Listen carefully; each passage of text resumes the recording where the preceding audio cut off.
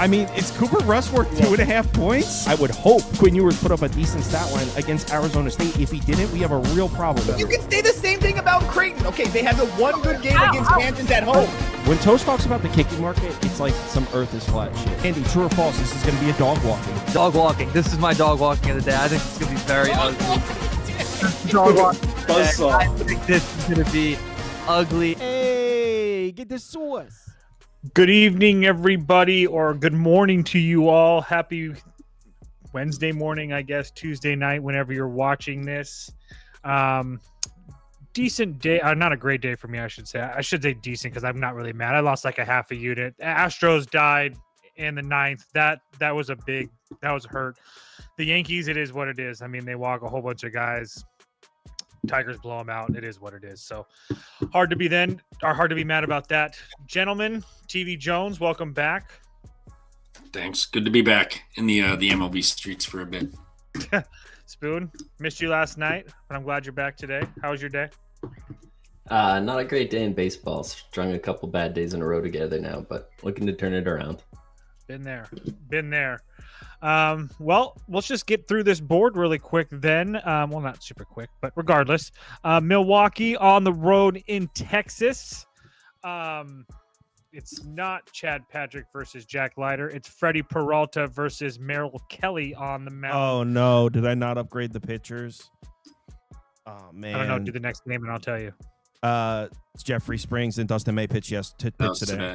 All right. Well, the odds are right, but the pitchers are wrong. I can try to fix that live. Go ahead. I was going to say. Anyway, TV Jones, you're the Brewers king. You can lead us off here. I really want to play Texas early. I can't really argue that. Brewers have just kind of looked whatever. They've been going through the motions, minus that Pittsburgh series. Kind of just going through the motions. Their offense, minus that 10-run game, their last 5, I think they have like, 16 runs or something like that, 14 runs. They haven't been going nuclear. Texas, they've got a couple zeros on the board and 4s and 5s. It would be under for me. Peralta under earned runs. I mean, you got to go back to August 5th, the last time he gave up a run at all. He's been lights out. So I like the under. I don't see either team really teeing off of either one of these guys. So under and Peralta under earned runs. Yeah, I can't argue that at all. Spoon, your thoughts? I kind of think this is a sneaky over. The roof was open in Texas tonight. It doesn't happen a whole lot. I think maybe 8 times this season, and the temperatures are going to be very similar tomorrow. So with that roof open, this park plays a lot more offensively.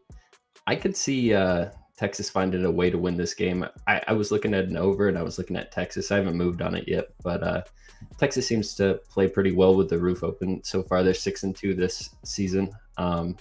I think Peralta's due to give up some runs at some point.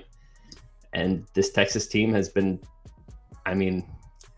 not killing righties lately, but their bats have been better than I give them credit for without Corey Seager. Yeah, it would only be Texas for me. I might play the first 5.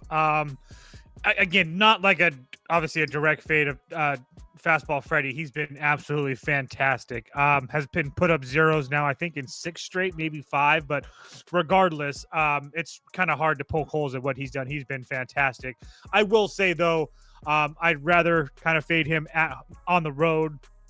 And this Rangers lineup, like Spoon talked about, has been somewhat feasible versus right-handed pitching. They didn't face our farewell versus the Astros, but the Arizona series, the Athletic series, the Angel series, Cleveland series, they were all fine, and they've been pretty decent at home as well. And then as far as Merrill Kelly, really quickly, I just look at it's kind of like Randy Vasquez. I see how many lefty bats are in that lineup. I think there's 3, maybe 4 if Collins bats up from the switch, or that's as a switch. So I think that Merrill Kelly can navigate that lineup. It would be Texas at home or pass for me. Next game on the board, Red Sox on the road in Sacramento. Still the wrong pitchers. Give me like one more game and I should have it fixed. Peyton Toll on the mound for the Red Sox. Mason Barnett on the mound for the A's. Red Sox finally broke out of a slump, or a little bit of a slump without Roman Anthony tonight. Spoon, what are your thoughts on this one? This is a tough game. I'm probably not going to move on it, but two young pitchers on the bump in a really offensive park. Peyton Tolley relies heavily on that four-seam fastball, throwing it 55 to 60% of the time right now. This A's lineup loves hitting fastballs.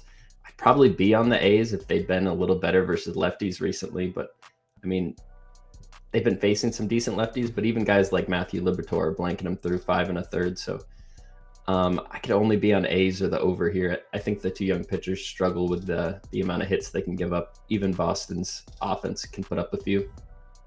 Yeah, I'll just go really quickly. I mean, you could put up over or pass for me. This is an easy pass for me. I wouldn't be surprised if both these young guys pitched well. I wouldn't be surprised if they both got hit up. I truly have no idea what to believe. TV Jones, you got anything on this one? Yeah, it would be over or nothing. A's have gotten guys on base tonight. Could never do anything with it. Boston scored early. Exactly. They haven't really done anything, but Tolley also has been giving up some runs. I mean, he gave up 2 to the Pirates and then 5 his last time out against the Diamondbacks. This A's team, you know, they've hit lefties. Crochet blanked them, and then, Liberatore blanked them. But other than that, they got 2 off this Ferris guy, whoever he is. But other than that, 7, 6, 4, 4, 1, 4, 8, 2, 4. They've been having some success outside of a couple little blips in the radar, so it would be over or nothing for me. Next game on the board, Arizona on the road in San Francisco. Eduardo Rodriguez, Carson Seymour on the mound. I finally backed Zach Gallen one time, and what do you know? He gets hit up in the first inning. I knew it was coming. Got like 20 cents of CLV on it too. It was awesome. I kind of want to play the over 8. Do either one of you guys have any reason not to do that with Rodriguez and Seymour on the mound? TV Jones, go first, if you do. Giants money line. They've been hot. They've been scorching hot, and Arizona's kind of been whatever. I mean, this Drew Gilbert guy. I don't know if he just like injected this team with life. Get out of here, dude. This team is He's a fucking head case, and they're going nuclear offensively and playing good baseball. So I think the Giants keep it rolling. Money line for me. Spoon, your thoughts? I like where you're at with that over. I also just like the Diamondbacks as a side. That's probably what I'm closer to. Eduardo Rodriguez has gone out there, pitched really well his last couple starts versus Boston and the Dodgers. 2 lineups that are very comparable to these Giants, and the pitchers that the Giants have been hitting up have been a lot more of the righties. Trevor Rogers pitched 7 innings, just 1 earned. Shota pitched into the 7th. They touched up Matthew Boyd, but Jose Quintana, JP Sears, Ian Seymour, they've been hitting pretty well. So I think this is just a spot where Eduardo Rodriguez can find a way to pitch well versus this Giants lineup. I don't think the Giants have the bats to get enough runs off him when you have a young guy like Carson Seymour on the other side. We'll see. Yeah, it would only be over or pass for me. I think there's supposed to be maybe some scattered showers possibly, so I think that's why we're getting a low total like this with these guys on the mound. But Rodriguez has been pretty damn bad on the full season on the road. It's really, and he has a couple of decent starts in there against Colorado on the road where he went 7 innings, and then a good start against the A's where we just talked about that team is so up and down. So, but facing a Giants team that's the best team in baseball over the last 14 days, as far as hitting is concerned, they're a top 5 as far as left-handed pitching, but you can really kind of poke holes in that. It's not really the lefties that I like. It's the fact that they've been hot as a lineup, and they're at home where they've been really, really good over for a month now. And this Arizona team has continued to find ways to score runs. I mean, they're not winning a whole bunch of baseball games. They have lately, but for the most part, they haven't been winning baseball games. But it's not their offense that usually lets them down. It's their starting pitching and their bullpen. And we've talked about their bullpen at nauseum on this show. So it would only be 8 or pass for me. If you wanted a prop, Matt Chapman is 7 of 18, 4 doubles and a home run off of Mr. Rodriguez. No one wants your prop, bro. I'm not betting it. I just said if you wanted to. Sorry, I'm trying to look out for the people. God damn. Next game on the board, Twins on the road in Disneyland. Is it Zebby Matt? I don't have that memorized. No, it's Taj Bradley and Jose Kyle Soriano. Hendricks. Throwback tonight. Holy smokes. I mean, he's probably going to start tomorrow. Last night, yeah. So, Your guys' thoughts on this one? Kind of want to play the Angels at the not a short price, but with a huge starting pitching advantage with Soriano over Taj Bradley. What are your thoughts, Spoon? Yeah, I'm a big Soriano guy, and whenever he has a big blow-up start, he usually comes back and pitches pretty well. Tampa Bay gave up 7-2, faced the Dodgers at home the next game, 6 innings pitched, 0 earned runs. Gave up 5 to the Athletics. Next game at home, pitched into the 6, 0 earned runs. Just gave up 8 to the Athletics again. So I think this is a spot where he can rebound to a Twins lineup. Jose Soriano, clearly a ground ball guy. He's a lot more effective if he can get some strikeouts. And I think the Twins' discipline at the plate is not very high at this point in the season with the bats they have there. So I think he can find some extra strikeout outs. And Taj Bradley on the other side, I mean, in the past month, he's had one good start. The White Sox absolutely destroyed this guy, sent him down to AAA, and have hit him up every time they've seen him since. But I haven't gotten to the ticket window yet. I see some cheaper prices offshore, and I wonder if maybe those don't even out a little bit and we get a cheaper price on the Angels. But I definitely like the Angels as a side. I feel you on that. TV Jones? Yeah, it'd be Angels. I don't trust betting Minnesota with your money. I mean, not to mention Matthews got lit up tonight, and they've been using that bullpen. Hendricks went 7 innings tonight. Just immaculate baseball. He looked pretty damn good. And this offense was cooking. I don't trust Minnesota. It would be the Angels, but I don't know if I really want to lay 140 with them, but I would rather lay the 140 than back this Twins lineup along with Taj Bradley in some good weather. So yeah, Angels are nothing. Yeah, you can get the Angels at 137 on DraftKings. I think I'm going to move on that. Like Spoon said, Soriano has done a very, very good job of being consistent this year. So when he does have those blow-up starts, he's really came back with vengeance. He got blown up by Tampa Bay, comes home, goes 6 scoreless against the Dodgers.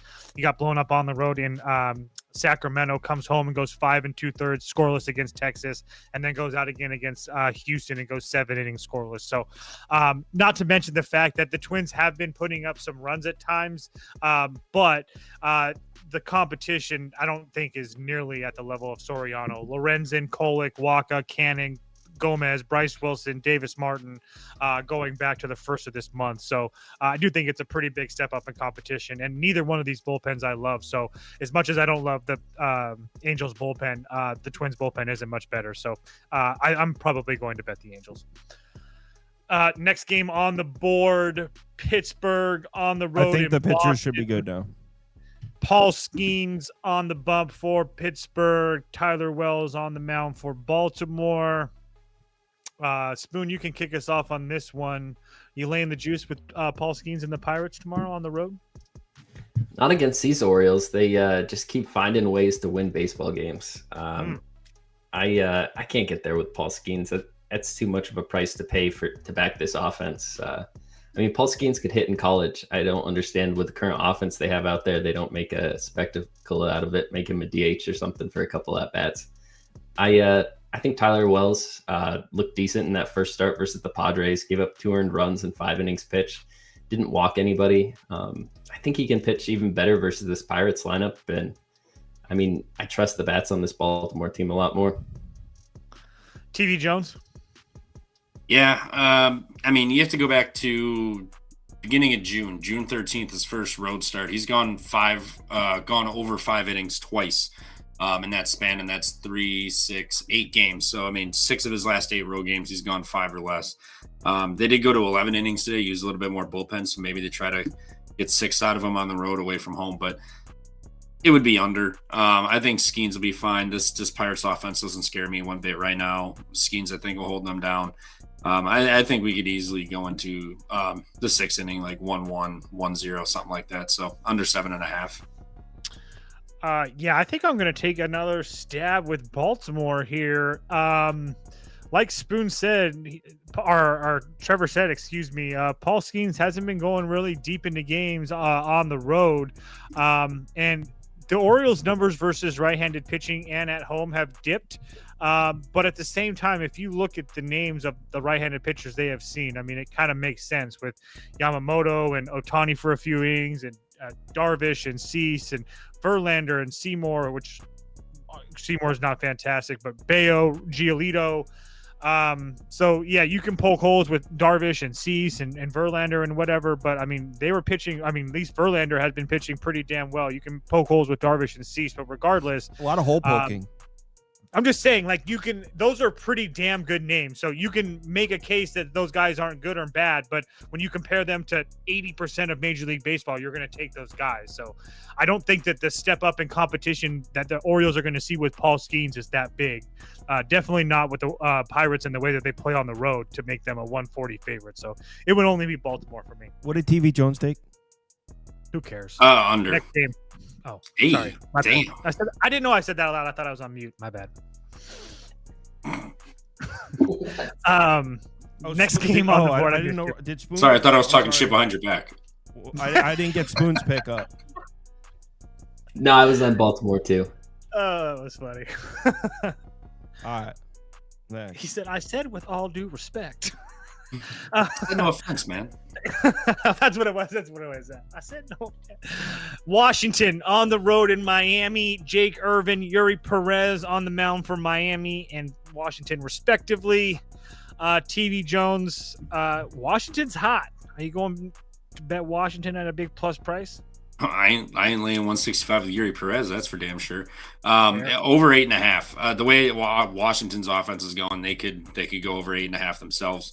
Yuri Perez has not been sharp. Jake Irvin, Swervin Irvin, don't really care to put much faith in him. I forget where I heard that. Someone calls him Swervin Irvin. I heard I'll that never too forget somewhere. that. I can promise you that. No, someone said that on this show. I forget who. It might have been him actually. Oh, Legeza, I bet. Oh, maybe. Yeah. Probably. Bet you it was It Legeza. sounds like Legeza. Yeah, I think it was him. But yeah, over. Washington's offense is cooking. Don't trust Perez and don't trust Irvin either. But if I had to pick a side, I would take the plus money with Washington. That's for damn sure. Yeah, you can put the over 8.5 up for me. I didn't play it yet because I don't understand why it's plus money. Perez has been average at best over his last 6 starts at home or on the road. He hasn't really been going deep into games. Washington's seen him twice already. And then Swervin Irvin, as TV Jones said, has been absolutely terrible his last 7 starts at home and on the road, giving up at least 4 runs in 5 of those 6 starts. And the game that he gave up 3 runs, he only lasted 2 1/3. So if these guys just magically go out there and throw gems, so be it. It's only over for me. If Spoon co-signs the over, I might actually play it. So it's really juiced right now. Do we think the number is about to move? Yeah, I would assume so. I wouldn't be surprised. I don't know. I don't understand why it's plus 100 right now anyway. So I feel like I'm missing something. It just gives me a little pause with immediately moving on that over. I mean, looking at Yuri Perez, 4 of his last 6 starts, he's given up more than 4 earned runs to 4 of these teams. And the teams he's been giving it up to have a lot of lefties. Washington being one of these teams, 7 earned runs, 9 base runners. The Mets didn't make it out of the first inning, 5 earned runs. Cleveland and Atlanta, both lefty-heavy lineups, 9 earned runs combined between the 2 starts. So as good as Yuri Perez has been at times this season, he clearly has an issue with lefties, and this Washington team just saw him, so probably can time him up pretty well. And I mean, you guys hammered it home with Jake Irvin. It's been really hard to trust. What else has been hard to trust is this Marlins bullpen. Surprisingly, of late, there's a huge difference in these bullpens. The Nationals have been one of the top bullpens in baseball the last 30 days, ranked 4th in ERA. With the pitchers going out there on the mound, it's hard to believe, but I think I just would have to be on the plus price with Washington, maybe figure out what's going on with that total. I don't think it's a bad look going after that 8.5 over 9 right now, but I don't understand why it's not a 9 to begin with. Football season, they're not worried about baseball. I 100% agree, Spoon. I feel like it's just asking for the over money at that point. But I feel like, and I did that. I played the over 8 and and it was plus money. I think it was in Tampa Bay like 4 or 5 days ago, and it was never close. And I was like, man, and it moved down to 8 overnight. So yeah, I'm not in a hurry to bet that at all. It's a -120, 8.5, 2 to the under. So yeah, let's wait for an 8. Exactly. Kansas City, next game on the board. Kansas City on the road in Cleveland. Shout out to Cleveland, another big victory for us here today. Now Kansas City is going to have this Avila kid. Do you know anything about him, Spoon? I don't really know much. I know that he has spent a lot of time in AAA and stuff like that with not a lot of time in the majors, but that's about it. I was looking up stuff on Bolin coming in. I'm not really sure on the starters in this game. They kind of made a late switch with the pitchers from what I originally checked, and I would just have to be on Cleveland right now. Kansas City just looks dead. Bobby Witt was back up in the lineup today, but dealing with back spasms, I don't think that guy's 100%. Kansas City just, they have a hard time getting on base and they have a hard time getting people in. I think Logan Allen has what it takes to pitch a really good game against them, and I'm sure Cleveland finds a few ways to get runs off a young pitcher like this. I don't believe he's a top prospect or anything like that. TV Jones, I really want to bet Cleveland too. I do too. I want to bet Cleveland. I don't know if this guy's an opener or if it's going to be a bullpen day, but Cleveland at home, they've been playing way better as of late, and Kansas City's kind of been slumping a little bit. Feels like a good price on Cleveland here, especially at home. They're fighting a little bit. Kansas City feels like they've kind of just given up once that Vinny Pasquantino hot streak ended. They kind of just been just going with the flow. So Cleveland or nothing. I really got no strong feel in this one though. So Kansas City was a decent favorite when this line well, not decent, like 115 or whatever. I can't play Kansas City, but I do feel like I just want to understand like this line, because Logan Allen's been pretty damn bad. So the reason I say that is that they really must think that, like Spoon said, that Bobby Witt's really not 100%, and injecting Jonathan India back into that lineup really doesn't mean anything, because, I mean, they looked pretty damn lifeless tonight. And Logan Allen has been pretty damn bad for a while now. And he doesn't really go deep into games, and Cleveland's they had to use Cade Smith tonight and stuff. So there's enough things to keep me off of Cleveland. But I kind of don't understand this price. It makes me feel like the books are just baiting you to take Kansas City at a really good price, because a lot of these Kansas City hitters like Bobby Witt, like Perez, Isabel, Garcia, all have 10 plus plate appearances against him, and they're all one-dotting him OPS wise. So there's no reason to believe on paper that Logan Allen should pitch well, but clearly the market disagrees. So it would only be Cleveland for me. Next game on the board, Mets on the road in Philadelphia. Clay Holmes, Christopher Sanchez. Okay, hear me out. I have no reason to want to play on the Mets, but TV Jones, you're going to like this one. Okay? Philadelphia wrapped up the AL East. They're popping bottles. They're going out on the town tonight, living it up. They play in huge the NL. favorite tomorrow. Yo, are we betting the Mets tomorrow, TV Jones? Fuck. I mean that whole point is true. Thank you. Locked it up, but I know they've been killing lefties, good lefties. They just smoked Christopher Sanchez too. It still would only be Philly -1 for me. No, you can enjoy your Mets money. You and Frank the Tank can rant on Twitter when they blow this game. I'd like to go on a walk with Frank.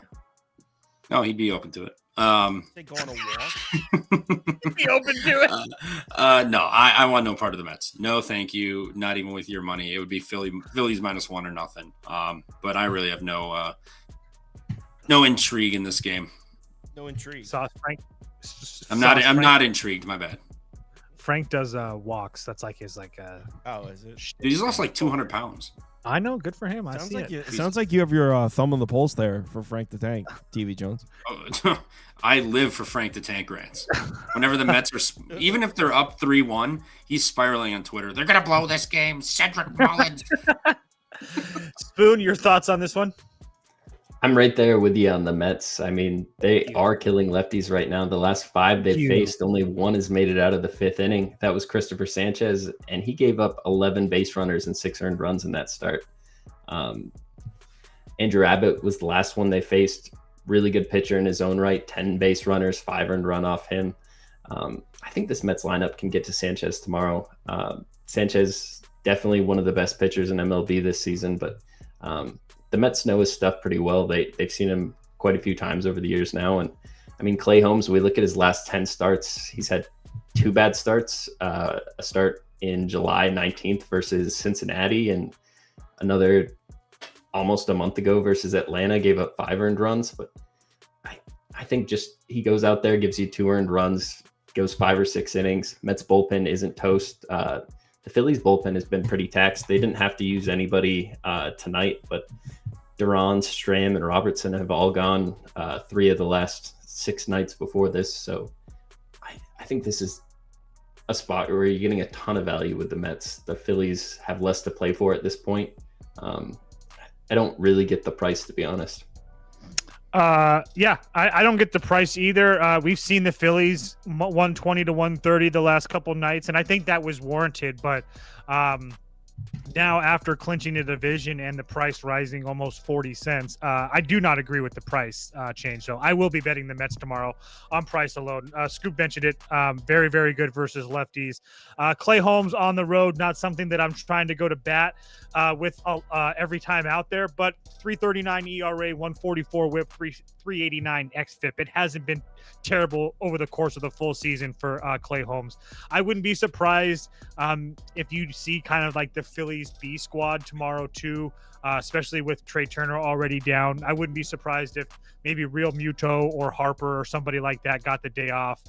Bryson Stott takes days off like that too. Again, they just don't have anything to play for, so they've already clinched the AL East. So I will be betting the Mets tomorrow. Next game on the board, Detroit on the road in the Bronx. Jack Flaherty, Carlos Rodon. Yankees need to get a win here after completely blowing the game. I had the Yankees minus 150. Didn't close great, like 160, 165, but just a Fernando Cruz blow up. Was single, walk, single, walk, single, hit by a pitch. I'm exaggerating, but that's pretty much what happened. So Detroit looked like an easy winner tonight. Spoon, are you trusting Rodon and the Yankees tomorrow at this big plus price? Are you going to take another shot with the Tigers? I think that I can't really get there with the Tigers with Flaherty on the mound right now. He's going out there and getting shelled by really bad lineups like Minnesota, the Chicago White Sox, Kansas City, the White Sox again. These Yankees bats versus right-handed pitching on the full season are second in baseball. Last 30 days, second in baseball. Hasn't shown up so much in the last few games, but they've been facing some pretty good competition, and I wouldn't put Jack Flaherty in that mix. And I mean, Rodon on the other side, he's been pretty good. I'm more leaning towards an over in this game. The Tigers have been getting to, the Tigers have been getting to lefties. The last 5 they've seen, more than 4 earned runs off every single one. I think this is just too short of a total. Maybe this is playoff baseball and pitching kind of locks down, but I just don't see it with these 2 guys tomorrow. Over 8, I'm not there yet, but I'm pretty close. Yeah, I am there yet. I have played this already. I think that we're getting the number with name alone with Rodon on the mound. And it's not great weather in Yankee Stadium tomorrow. It's going to be like 65 degrees with slight wind blowing in from left field. But like you talked about, the Tigers have been very, very good versus left-handed pitching. Yes, Rodon is good versus lefties, but and I know that a lot of the Tigers' runs were aided today, but I don't think that you can give this team multiple chances like that in Yankee Stadium and think that they're not going to score some runs. So it could have been, they scored 12 today. It could have been a lot worse for the Yankees, the way that bullpen was pitching. So at this point, even if Rodon goes out there and gives you five 5 or 6 innings of 2 or 3 run baseball. I think that's going to be enough, because on the other side, you have Jack Flaherty, who hasn't really been good on the road at all. His last few road starts looked decent against Kansas City, got shelled by the White Sox, looked decent against Pittsburgh. Looked good against Philadelphia, and then only made it 3 runs in Pittsburgh. He's also been shelled by teams like Kansas City and the White Sox again at home. Hasn't really looked good at all. Coming off of that one start against Kansas City was like the best you got from him, but he struggles with lefty bats, and you're going to have Grisham, Bellinger, Rice, Jazz, Austin Wells, Ryan McMahon, all from the left-hand side. I mean, the Yankees only have 3 righties in the lineup tomorrow, so that's as bad as you can get for Jack Flaherty. I played the over 8. TV Jones? Muted. Thank you.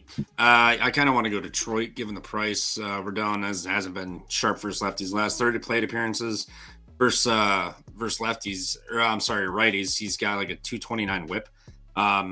Just very recent, but he hasn't been lights out versus them. Flaherty hasn't been lights out either, but Detroit's offense has been good. Another thing I kind of like doing is Volpe under hits, runs, RBIs. You go back to through August, he's hit this over 1.5 in 5 or 6 games total, like 5 or 6. So Volpe under hits, runs, RBIs. You could probably just bet his 2+ strikeouts and count your money too. Flaherty's about to get smoked, dude. No shot. No shot. Okay. No shot with Jack Flaherty in the Bronx. Dude, it's a big time game. He's gonna under the lights. Under the lights in Yankee Stadium, he's going to show They're up. all under the lights, bro. I miss No, you so under the lights in Pittsburgh is No. different than it is in the Bronx. I would imagine they use the same fluorescent bulbs in Pittsburgh. No, they're not the same wattage. That's a fact. The wattage is they use more wattage in the Big Apple. They have to use less, otherwise the whole city goes into gridlock with no power. Pittsburgh and Milwaukee are getting the same off-brand bulbs. Let's be honest. Dude, I'm surprised. I wouldn't be surprised if Milwaukee's got dysfunctioning lights in that place. Hey, don't make fun of the stadium, all right? dare. People will come at you on Twitter. They do. No, Oh on my TikTok. God. People were pissed. wild. And Twitter too. People were pissed at that. That shit was so funny. I've never been more embarrassed to be a Wisconsin idea resident than that moment. That was going to turn in. I say a lot of shit. That was like the last thing I thought was going to turn heads. You Anyway, said that when you had your kid, and then we were fending off people on Twitter. Next game on the board, Houston on the road in Toronto. Screw you, Astros. Actually, screw you, Brian Abreu. I feel like the last 3 or 4 times I've bet on the Astros, he's fucked me in some way. And I've been really trying hard not to cuss on this show, but that I really had to get that out right now. Anyway, Houston on the road in Toronto. Jason Alexander, Jose Barrios. It would only be Toronto for me. This Houston team, I just feel like they can't get out of their own way right now. And now Toronto has life after that. It would only be Toronto at a short price for me. Am I crazy here, guys? Or do you guys think that Jose Barrios is going to get hit up? I think they both get hit up. Interesting. Barrios hasn't been sharp. Yeah, over 8.5. Barrios hasn't been sharp. Jason A lot of his Alexander. starts have been on the road. That's why, though. 5 of them. Well, Texas at home, he gave up 6 and 4 1/3. Blanks the Cubs, not hard to do, and then the Giants got 4 off of him. Yankees got 6. He's been getting hit up at home as of late in his last couple starts, and just even on the road too. So it's not like he's been incredibly sharp. So I like the over. I think Houston can get to him. I think Toronto can easily get to Alexander. He hasn't been sharp. Outside of that first start or two this season, been giving it up, base runners and whatnot. So I think over 8.5 runs. I like that. Spoon, your thoughts? I have a hard time getting to an over here. Temperatures are pretty low. I don't think it's low enough that they're going to shut the roof, but it's going to be in the 60s for this game. In Canada, they're still probably wearing shorts, but I wore shorts today. So did I don't think the bats are going to be super alive. Jose Barrios, he's pitching for the last spot in that playoff rotation right now. He only gave up 2 earned runs in his last start, but it was in just 2 innings pitched. I think he got over the 60 pitch mark in those 2 innings, really laboring, just struggling out there. a lot of people on the team came out, voiced their confidence in him. I think this is a guy that's been one of the better starters in baseball for the last 6 to 8 years. I think he's probably going to find it down the stretch. And the Astros are a good team to do it against. The last 8 righties they've seen have only gotten more than 2 earned runs one time. I think Barrios is in a good position to pitch well at home. Jason Alexander doesn't really struggle with lefties very much, and there's not a ton of lefties in this Blue Jays lineup. I wish there were more, but the Blue Jays have just been killing righties all season. I don't see any reason they don't get to this young guy. The book's starting to get out on him. He's given up 3 earned runs in back-to-back starts now. I think the Blue Jays probably find a way. Blue Jays money line for me. Yeah, it'll be Blue Jays money line for me as well. I agree with you that you'll probably see a better Jose Barrios. I don't think he's been absolutely terrible, but at the same time, I don't think it really matters with this Houston offense. I mean, I was on Houston today at a big plus price. Correa hits a home run in the 9th. And they ended up scraping one more by, but I mean, they really didn't do anything that whole game. So the fact that they were still in it with the way that this Toronto offense has been playing over the last 3 months was kind of surprising to me. And now you give Toronto, inject them with some life. The only person out of the Toronto bullpen that's not going to be available tomorrow or that's going to be taxed is Hoffman, who's 2 of the last 3 days. So, I mean, he might even be available if you want, but I just don't see Jason Alexander having a great day like Spoon talked about. Yeah, do you wish there was some more lefties in there? Yeah, but you're still going to have 4 or 5 lefties in there with Lukes and Varsho and Barger and Luperfido and Jimenez now that he's back on the team. So not that Jimenez has been a great bat at all. Like a 215 average, which is just disgraceful, but it is a lefty. And the fact that Houston also, none of these guys are taxed, but pretty much used every single arm out of their bullpen today. So if Jason Alexander, who has only gone 6 innings a few times, full innings, if he does come out of this game early, I do think that there's even more of an advantage to Toronto in the back half of this game. So I would hope that we bet this at Toronto around 134, 135, like it is right now. And by tomorrow morning, it's 145, 150, but that's the plan. So Toronto up for me as well. I see over 9 now on this too, so it's already ticked up. Makes sense. Next game on the board. Do we have a line for this one yet? I saw like 10 minutes. Nope, no line. Atlanta minus 300. Is it really? I don't know. I'm just saying. I don't care. There's no way. Okay. Cubs had Strider in multiple bases loaded areas today to get him out of the game early. They get a sac fly, strikeout, fly out, and something else. They abysmal. Shout out to the Cubs for cashing my first 5 too, though. Appreciate that. Next game on the board. Also no line. Next game on the board. Andrew, next game is Cincinnati on the road in San Diego. Andrew Abbott, Nick Pivetta on the mound. Over 7.5. Over 7.5. Just bet this while we were live. Both these bullpens are absolutely cooked to upon Bolivian. Even if Pivetta goes his 6 or 7 innings, I don't think it's going to matter. But for the Padres, Suarez, Miller, Peralta, Estrada, all will be not available like 3 of the last 4 days, if not worse. And the Reds bullpen is pretty much all of the same. All their guys, Pagan, I think, is on 4 of the last 5 days. Excuse me. Phillips, Maxwell, and then Santillan didn't work tonight, but he had worked the previous 3 days before that. I just don't feel like either one of these units are in great. So Andrew Abbott hasn't been the same Andrew Abbott as of late either. I just feel like we're getting a low total in this game because of the pitchers on the mound, but and which I guess is warranted with being in San Diego. But I think this is wide open in the second half of this game, and if we get 3 or 4 innings of baseball with these bullpens, tax bullpens, I think this game's going to go over. Spoon, are you with me? I do like that over just because of where we're at right now with the bullpen situation.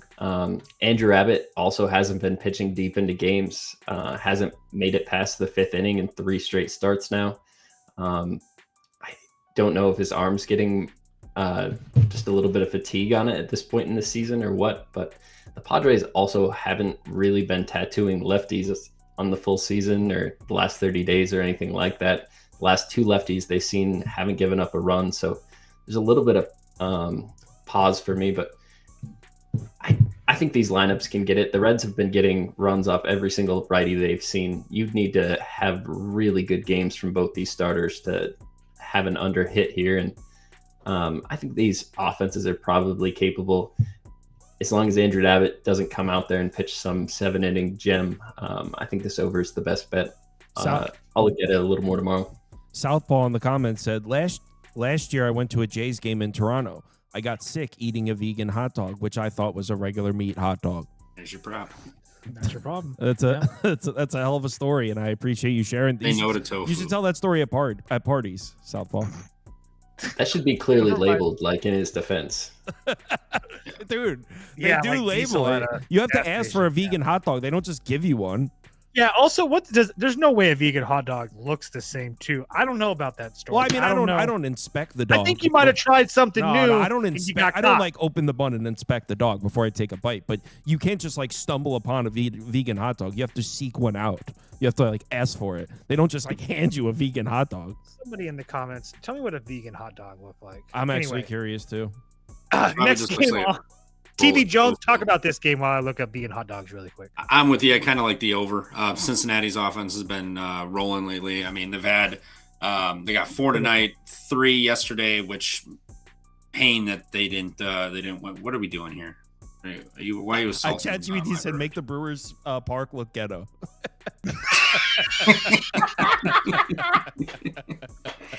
It kind of looks like Wrigley. Reds have been scoring some runs. They've been giving it up to Abbott. Also 5 runs, 2 runs, 6 blanked Milwaukee. Got lucky. 3-4 runs he's given up. He's been giving up the runs. Reds offense has been scoring. Their pitching staff has been giving up, and then they went over it. The bullpens have been pretty used up here. So it would be over. If I had to pick a side, it would be Cincinnati. I'm not laying 170 with San Diego, who escaped yesterday, barely beating the Reds, and then lost today. So it would be plus 140 with Abbott or nothing. Night Owl says, that guy's take a crap in a toilet. That's what a vegan hot dog looks like. No, I was going to say, I just looked them up. To that guy's credit, they look exactly the same. You would never know. So to that guy's credit. Yeah, but I'm not talking about you would notice from seeing it. I'm saying you wouldn't just have a vegan hot dog in your hands unless you ordered one. They don't just like give you a vegan hot dog. You got to go to the vegan station. Unless he was duped. He could have been duped. Oh, his buddy duped him. His buddy duped him for sure. He was duped. Yo. You want a dog, bro? Here you go. Next game on the board, St. Louis on the road in Seattle. Michael McGreevy, Logan Gilbert, Seattle heavy favorites. They won easy again tonight. Spoon, I know you're a Michael McGreevy truther. Are you going to get on him in the first 5 or something like that with this? I don't know if you're going to see Mason win tomorrow, which kind of sucks too because he's at least a decent player for St. Louis. So anyway, your thoughts? I mean, I do like Michael McGreevy. He's struggled a little bit here in his last few outings, but you still see him coming out there and pitching really well. It's just 1 inning getting away from him. I'm looking at this under 7.5 here. This is one of the most pitcher-friendly parks in baseball. We put Logan Gilbert here. He's been one of the better pitchers in baseball at home all year, 2.15 ERA. Hard to beat that. But McGreevy on the road has pitched much better. Get out at St. Louis, boring city, and he's got a 2.7 ERA. And that's pitching in a lot tougher parks than this. He went into Coors Field, went 7 innings, gave up just 1 earned run. I think we have a really high total here with one of the worst offenses in baseball right now in St. Louis. If this total loses, it's going to be completely by Seattle's hands, and I don't think they score that many runs. The under 7.5, I'm pretty close to.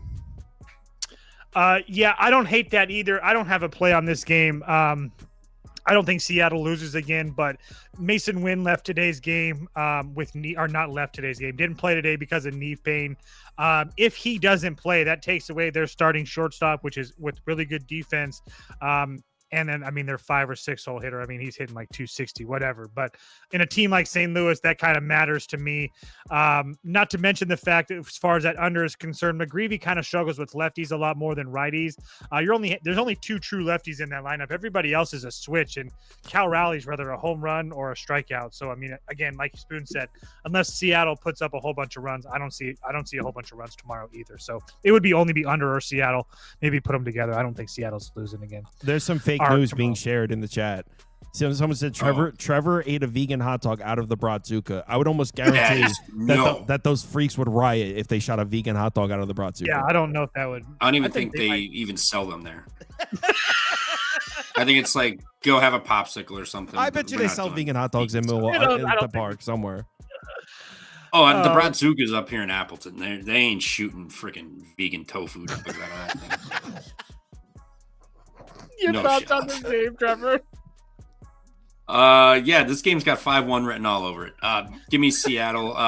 Logan Gilbert record a win. I mean, if you look at Michael McGreevy, last 3 games versus lefties, 32 batters faced, 784 xFIP, 13.51 expected ERA, sub 10% strikeout, a 15.5 walk rate, 37.5 first pitch strike, 28.8% barrel. Dude's getting shellacked. And there's going to be five of these bad boys in there with swinging from the left side. This offense is cooking. They're playing for something. St. Louis is playing for Cancun. Give me Seattle. Gilbert record win. Seattle -1.5. Whatever.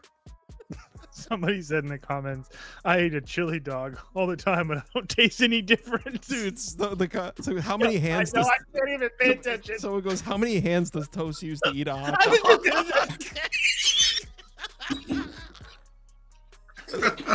Yo. Get a firm grip on that bad boy, Toast. Both hands. I can't. Next game on the board, Colorado on the road in Dodger Stadium. Kyle Freeland, Blake Snell on the mound. Kyle Freeland coming off of an absolute gem versus the Padres. Do you think you can replicate that success, Spoon, in LA tomorrow? I was kind of looking at another under, to be honest with you. So he was obviously pumped up in that game. That was his first start after being ejected there in the San Francisco start. Padres have been struggling with lefties. If we look at the Dodgers, they haven't really been getting to lefties either. Last 3 games, they've only gotten 3 earned runs off lefties. Rogers pitched into the 6th. Eduardo Rodriguez went 6 innings pitched, 0 earned runs. I think Freeland has a chance to pitch well. I don't really want to trust it, though. And then on the opposite side, Blake Snell, he's gotten hit up in his last 2 starts versus Arizona and Pittsburgh. When you're talking these giant money line prices like this, I think there's a lot of value associated with Colorado. Sure, the Dodgers should win this game, but how many games should they have won the second half of the season and just not shown up? The bullpen's blown up. The starting pitcher's not doing that well. I think this is a ton of value with Colorado. That's the only place I could be here. TV Jones? Yeah, I'm looking at what the price is for an old like +2.5, +3. I mean, yeah, Blake Snell's been really damn good versus righties lately, but -355 with that bullpen coming in, like Spoon said, no thank you. Can't even find where's the alternate run line? There it is, alternate run lines. Colorado +2.5, -130. Ugh, that's not as enticing, but it would be Colorado plus the runs. Freeland's better on the road. He's not amazing. It's not like the Dodgers offense is going nuclear. I know they put up 7 runs tonight, big deal, but they haven't been lights out. The bullpen's trash. Yeah, I'll take Colorado with the runs. I'm not touching this game. Yeah, it'd be under or pass for me. Maybe a first 5 under, but just put put under up for me. Blake Snell at home has been fine. I know he's coming off a rough start where he got hit up in Pittsburgh. But I mean, Arizona, San Diego, Toronto, Atlanta all starts at home. He's given up a combined 3 runs in like 20 plus innings. So I know that the Rockies have been feasible versus left-handed starters and some decent ones. Robbie Ray, Matthew Boyd, Framber Valdez, they've seen. But I think that Blake Snell bounces back here. I think that he's just pitching too good right now to piece together multiple bad starts in a row. And then Kyle Freeland, like Spoon talked about, really good in his home start against San Diego. Didn't pitch very long in San Francisco after giving up that homer, but 6 innings, 3 runs on the road in Houston, 5 innings, 5 runs, not great against Pittsburgh. 7 innings, 7 1/3 innings, no runs in St. Louis. He's been just fine on the road. So as long as the Dodgers don't just absolutely annihilate this guy, which they've only annihilated Nick Lodolo he was sick, and Austin Gomber, they're not annihilating anybody. I don't expect a whole bunch of runs here tomorrow. Go ahead. Najee Harris firework awareness.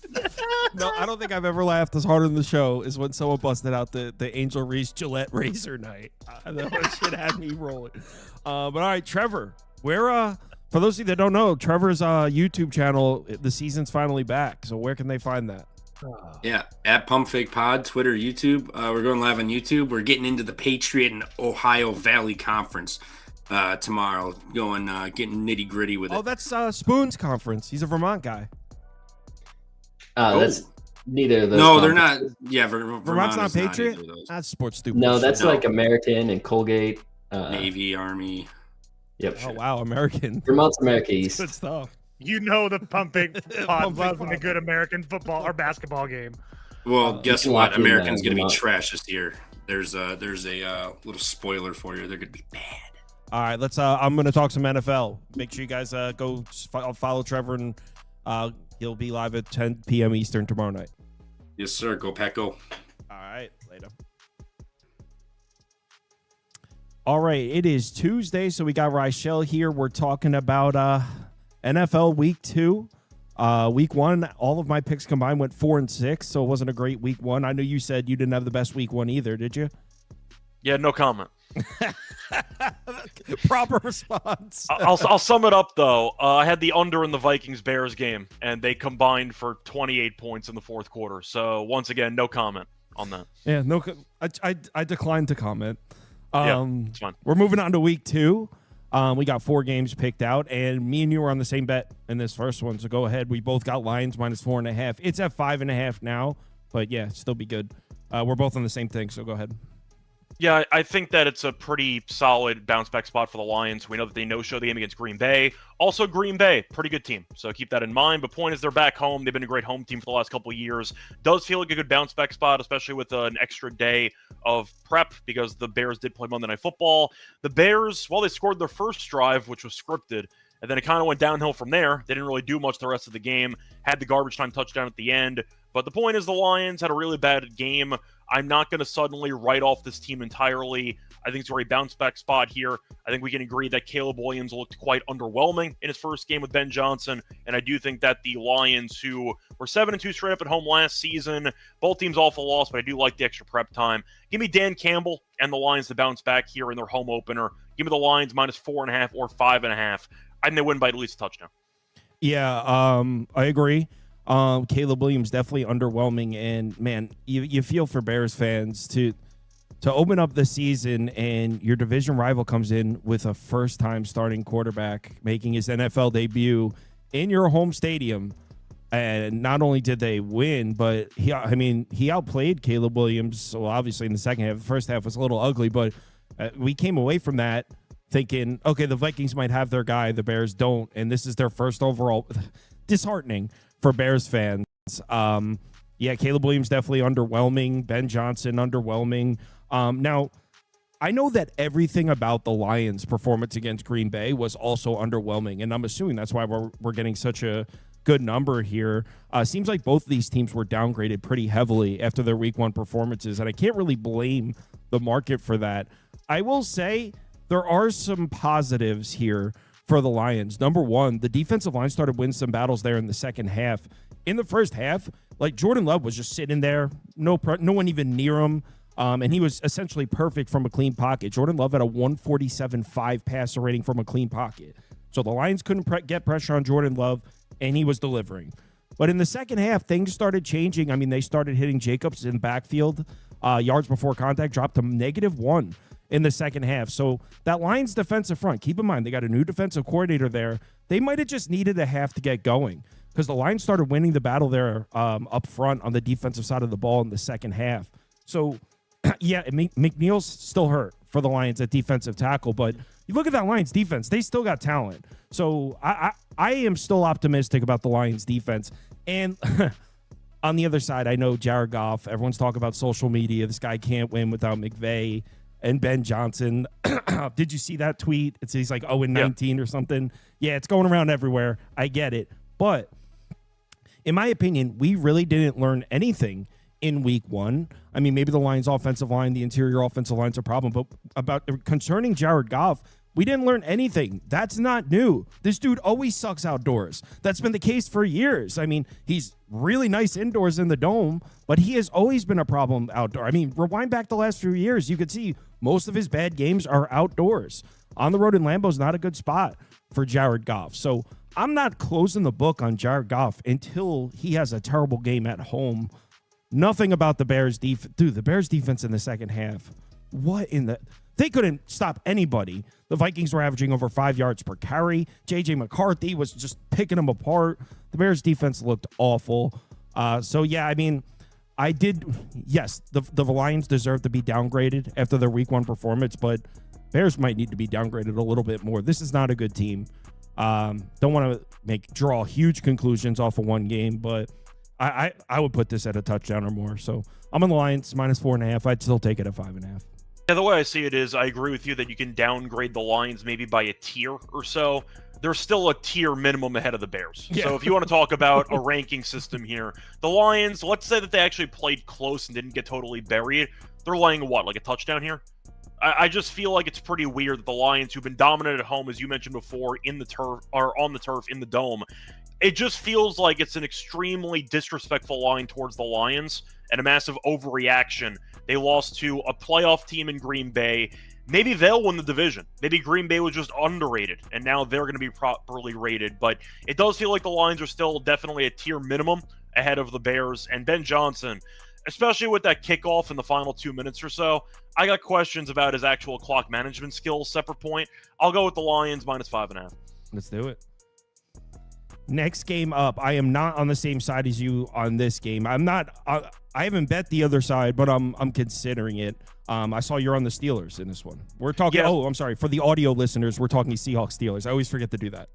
It's fine. I got 2.5 instead of 3, so maybe at a flat 3, you got to understand where maybe even chop could be in the cards here. But I'm going to fade the Seahawks, travel to the East Coast, take on Pittsburgh.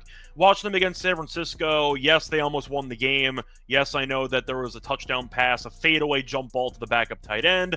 But the point is, the Seahawks offense didn't do much the entire game. They only had 230 total yards of offense. Thought Darnold looked okay, not great. Of course, they had the fumble there at the end when he bumped his hand to the back of the offensive lineman. But the game was also close because Moody missed a bunch of kicks. He got waived. Kittle got injured. We know Purdy's hurt now. He might not play. The point is Seattle offensively I had question marks about, and I feel like I didn't really get any answers about that. Now, the Steelers' defense wasn't great. I know the Jets were able to move the ball against them.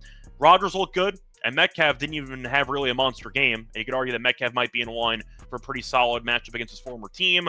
But you're looking at the quarterback edge. I think I would actually consider giving it to Rodgers. We'll see. But I do think the Pittsburgh defense will look better at home.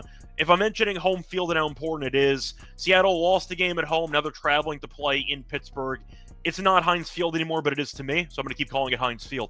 I think you're looking at the Steelers looking pretty sharp at home in their first home game of the season. Might be ugly, might be close, but I'll give Rodgers the edge in a late fourth quarter battle. Give me Pittsburgh in that 3 to 7 point range. Ugly game, not pretty at all, but I think the Steelers have just enough to get by, and I'm hoping that Watt can wreak some havoc there on the Seahawks backfield. Give me the Steelers -2.5.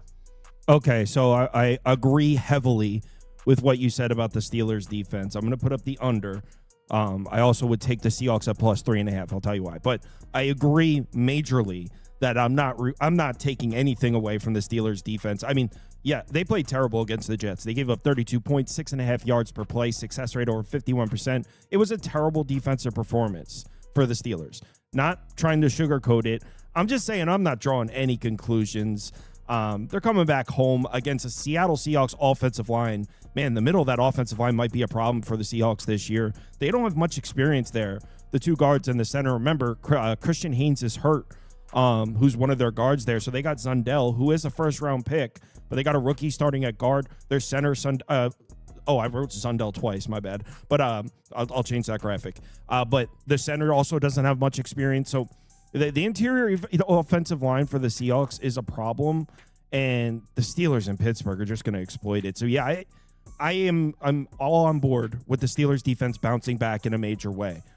Where I'm not on board is I'm not buying the Steelers offensive output. You mentioned you would take Rodgers before Darnold. Maybe. I don't think there's a massive gap, but I think if you're asking who I'd rather have, I think I would still take Rodgers. But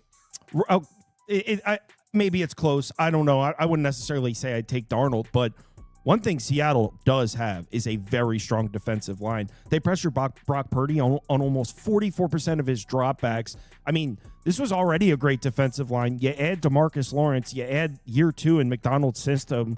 I think the Seahawks defensive line is going to be one of the best in the NFL. They're absolutely loaded, and Aaron Rodgers was fortunate enough to only be pressured on 26% of his dropbacks against the Jets.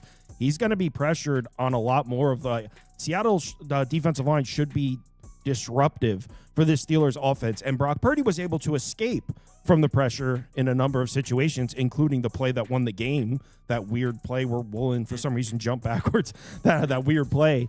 But so Brock Purdy was able to escape that pressure. Rodgers has shown us in the last few years he doesn't have that escapability. So I think the pass rush is going to be all over Aaron Rodgers in this game, and I think Seattle's defense is going to show out, which is why I have the under. I lean Seattle, but not at 2.5. I said, I wrote in my notes I would take the Seahawks at 3.5. So I won't even put it up because there is no 3.5. Right now it's 2. Rochelle mentioned that he got Steelers minus 2.5. You can still get a 2.5 if you look. They're still out there. All right.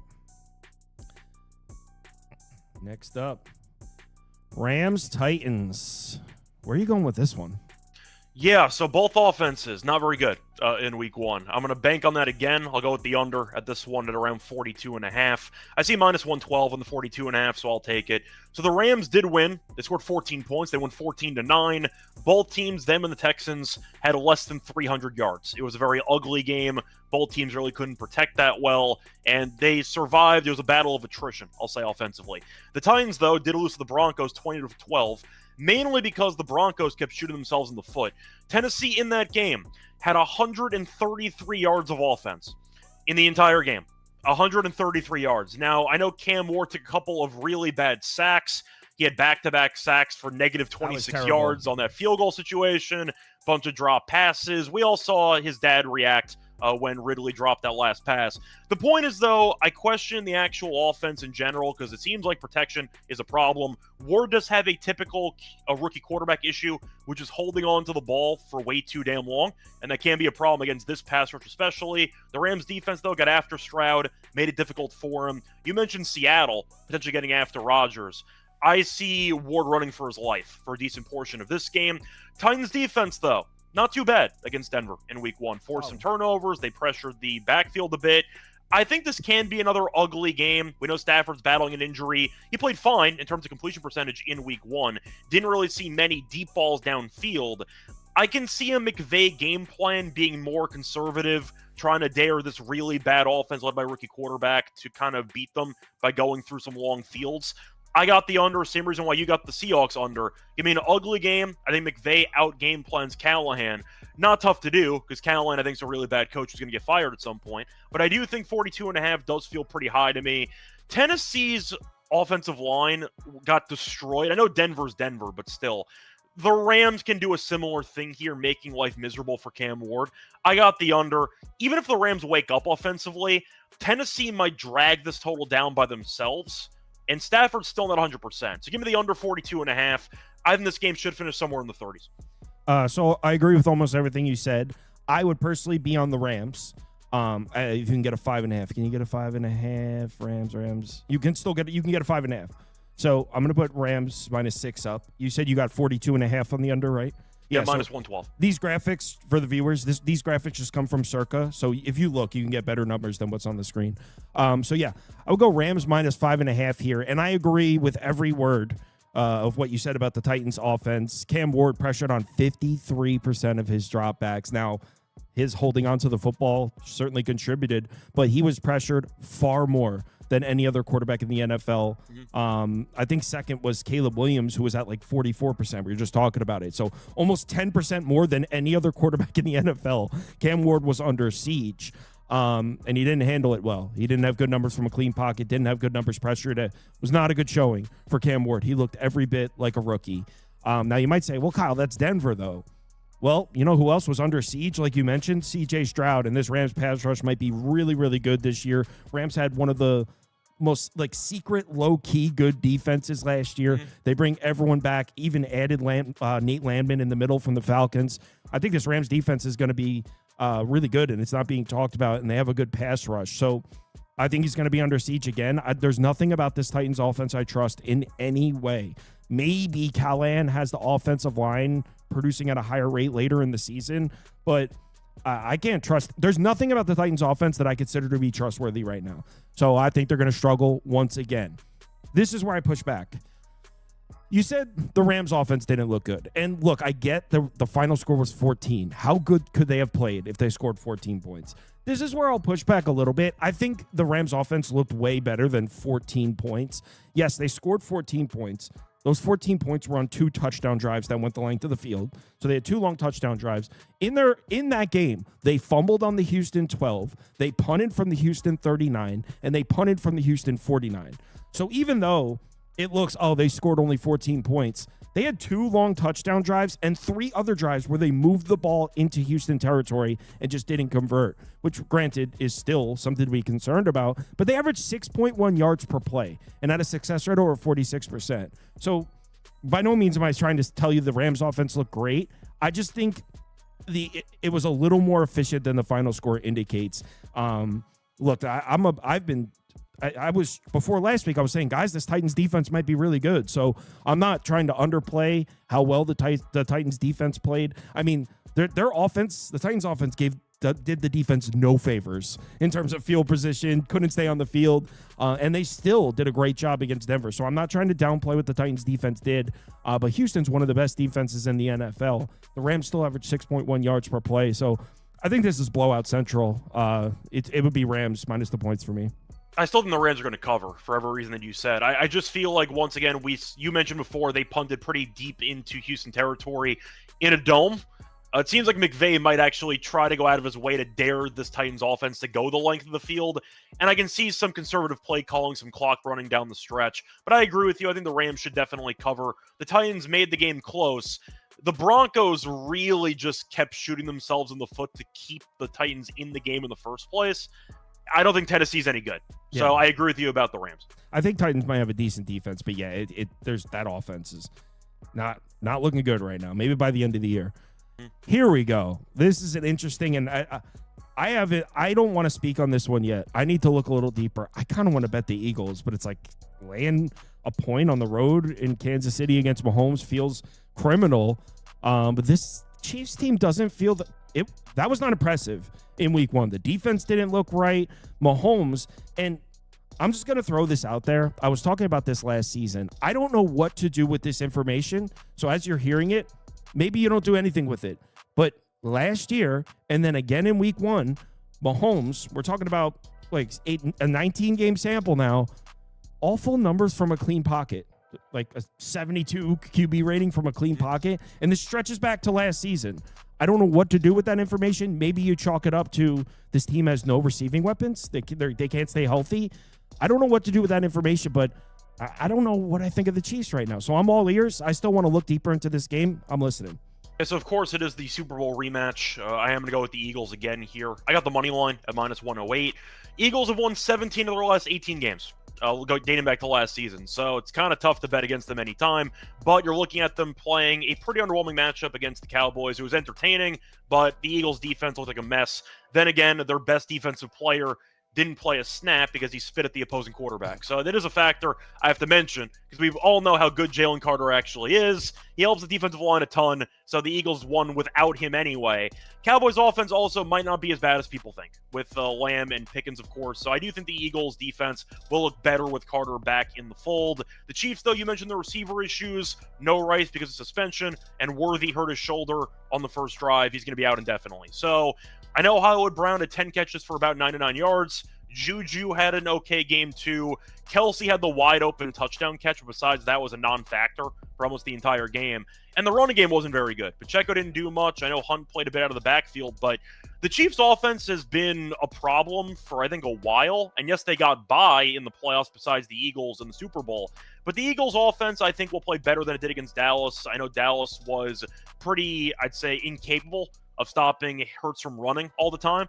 Barkley, we know, is still a threat. A.J. Brown had one catch in the entire game.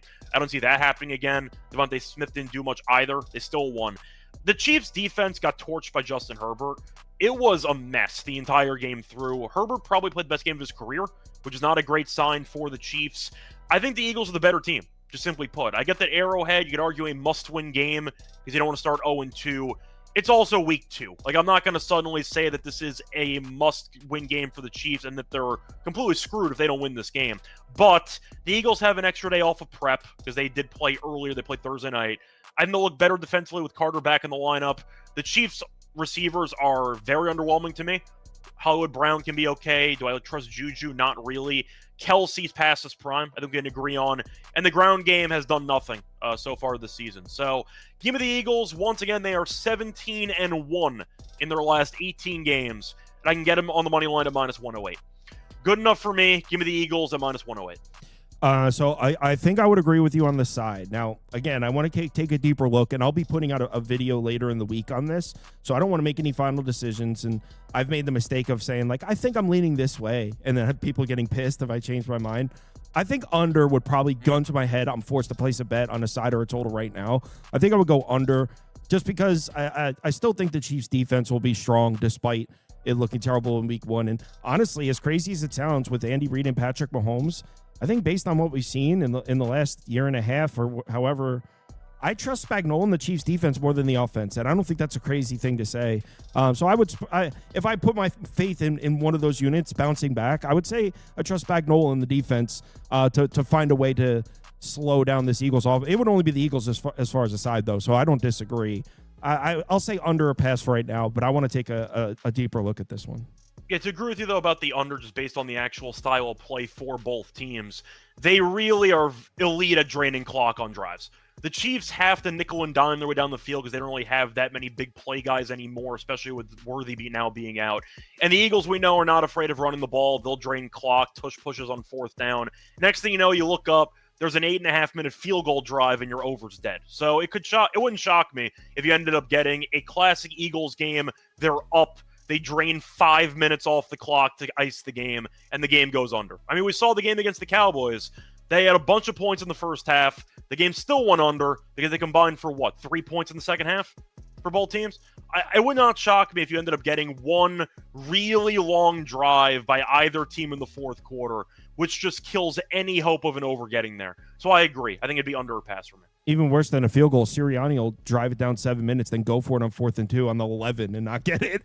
Yeah, pretty much. But the point is, you can get it. Points. All you need for an NFL under, for a football under, couple of really long drives with maybe no points, and that can just kill the entire pace of the game. Yep. All right, Scott, tell them where they can find your stuff.